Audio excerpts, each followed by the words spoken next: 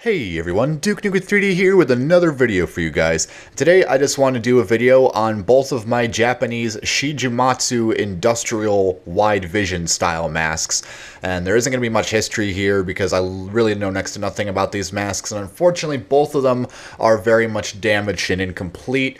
But I should remind you that it is next to impossibly rare to acquire these in the United States.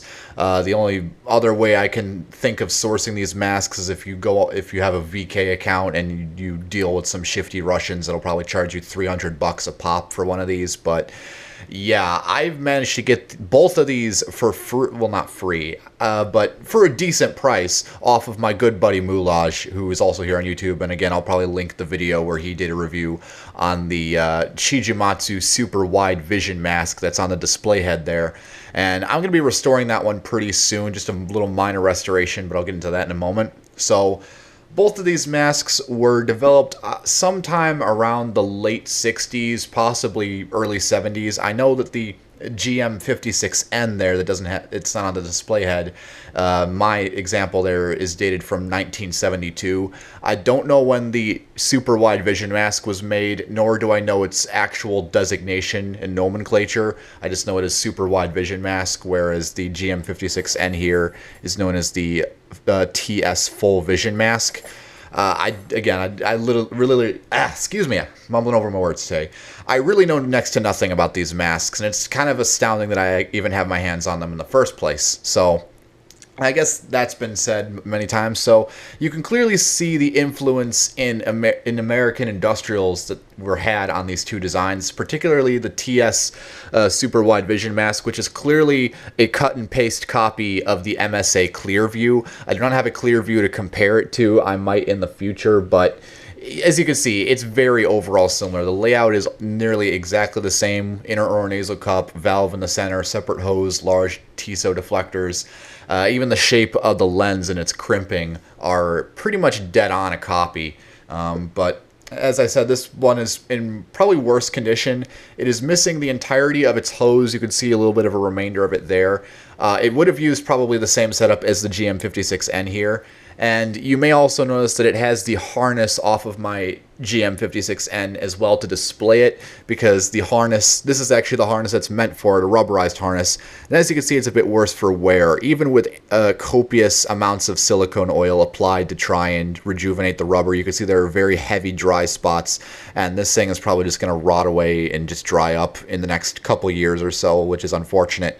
I've done all I can to try and preserve this, and hopefully it'll last a bit longer as it is, but it's really on its last legs, and I'm probably not going to reinstall it back on the mask just due to how poor condition it is. The hose that I have here is off of my GM56N, and it is also in worse condition for wear. You can see several off-colored spots where I've tried to repair the hose unsuccessfully with liquid rubber. It sort of worked, but again, it doesn't really look that good, so I'm not sure what I'm going to do about that. I'm just going to leave that uninstalled off the mask. The GM56N also does seem to be an MSA Clearview clone to a certain extent. However, it does have its more original aspects to it. For instance, the shape of the lens is a bit different, and the inlet and outlet valve are centralized as one unit on the chin stem of the mask, whereas this is a more cut and paste Clearview copy, as I've said, where it has the separate outlet valve and a hose stem. And also interesting to note that it has the hose stem on the GM56N, it has it going off to the side here, so that's a bit of an interesting feature. And again, you could just go ahead and go back and watch my review on the GM56N if you want to know a little bit more about this mask in detail in its own review. And most of the accessories you'll see here as well, so I recommend checking that one out. So for now, let's just focus on the super wide vision mask, as it's known. So, interesting thing to note about this mask is the outlet valve, which is a big step up from the previous Japanese design. As you can see, it has a solid metal cover, which is kind of reminiscent of like a rocket refueling mask. I don't think that's what this mask was used for, but it's interesting that it has a fully protected cover like this. And as you can see, it has an actual dedicated valve disc, whereas earlier Japanese masks would have this cage which folds out to the side, and then there's this little rubber flap with a ring connected by three little prongs, I guess you could call them there. And this is a very flimsy design, and these are very prone to degrading, and I'm thankful that none of my Japanese masks that have this design have the valve degraded, and they're perfectly functional. But Anyways, yeah, you can see that sometime in the 80s or so, which I assume this mask is dated around, possibly. I think I saw some stamps on it that indicated it was from the 1990s, but again, I'm not too sure because a lot of the manufacturer's Roundel clock stamps seem to coincide with the actual Showa date markings, so I'm not entirely sure on the actual date when this particular example was made. The Oronasal cup is interesting because it is much, much larger, as you can see, in comparison to the GM56N. It is more westernized, I guess you could call it. It's much broader, and as you can see, the one on the GM56N is much, much smaller and more accustomed to fitting, smaller Japanese or Asiatic type faces. The interior of the mask on the GM56N is also textured with this sort of Asian swirly type pattern. If you could see that on camera, it's kind of amusing. And very, very spacious mask, nothing really to it. And I will try and display as best I can the super wide vision interior. But as you can see up here, unfortunately, one of the harness buckles is torn from the mask slightly. It's basically hanging on by a thread at this point. And I'm going to try and glue this back in place and put a patch underneath it to hold it. But that'll come later. I don't intend on doing this right away. I'm going to think of ways to do this successfully because the main problem is holding this tab in place for the remainder of the time the glue will dry and then getting the patch to adhere properly to the backside. So I'm going to carefully remove the mask from the head here, and I'm probably not going to put it back on just because of how fiddly a job this is.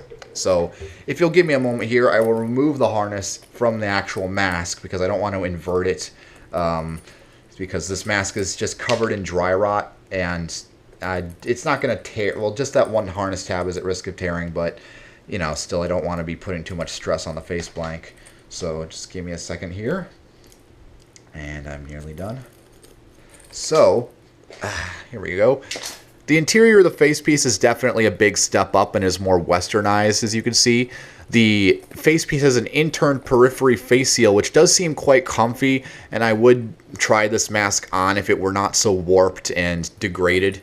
You can see the inner oronasal cup there, which is actually removable. You can actually pull this nose cup out, which I'm not going to demonstrate in the video, but you can see the very large Tissot deflectors throughout the back behind it there. And it's a very simple design, and it would have worked very well in its prime. So I absolutely approve this design. It's a very nice copy of the MSA Clearview, almost dead on exact, if not for a few minute differences.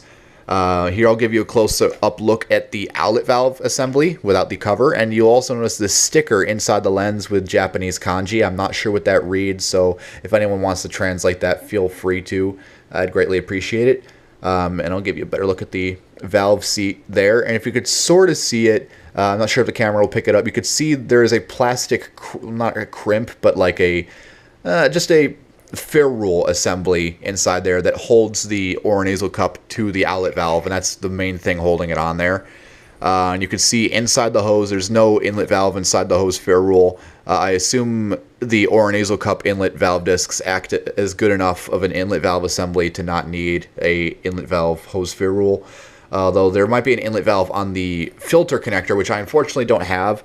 Usually these Japanese industrial masks will have a special angled connector on the end of the hose that would allow the hose to fit onto the canister, such as this. However, that is missing with both of these examples, unfortunately, so that is not the case. So that's really about it. I really wish I had more info about these to tell you guys, but I really don't, because just finding any info on Japanese masks in general is kind of a crapshoot, and well, it's not really even a crapshoot. It just doesn't exist, hardly. So that's about that. So I hope you enjoyed this extra glimpse at two very rare masks. I hope you enjoyed. Leave any comments, questions, corrections, or concerns down in the comments below, and I'll get to them when I can. I'm Duke Nuke with 3D, and I'll see you all later.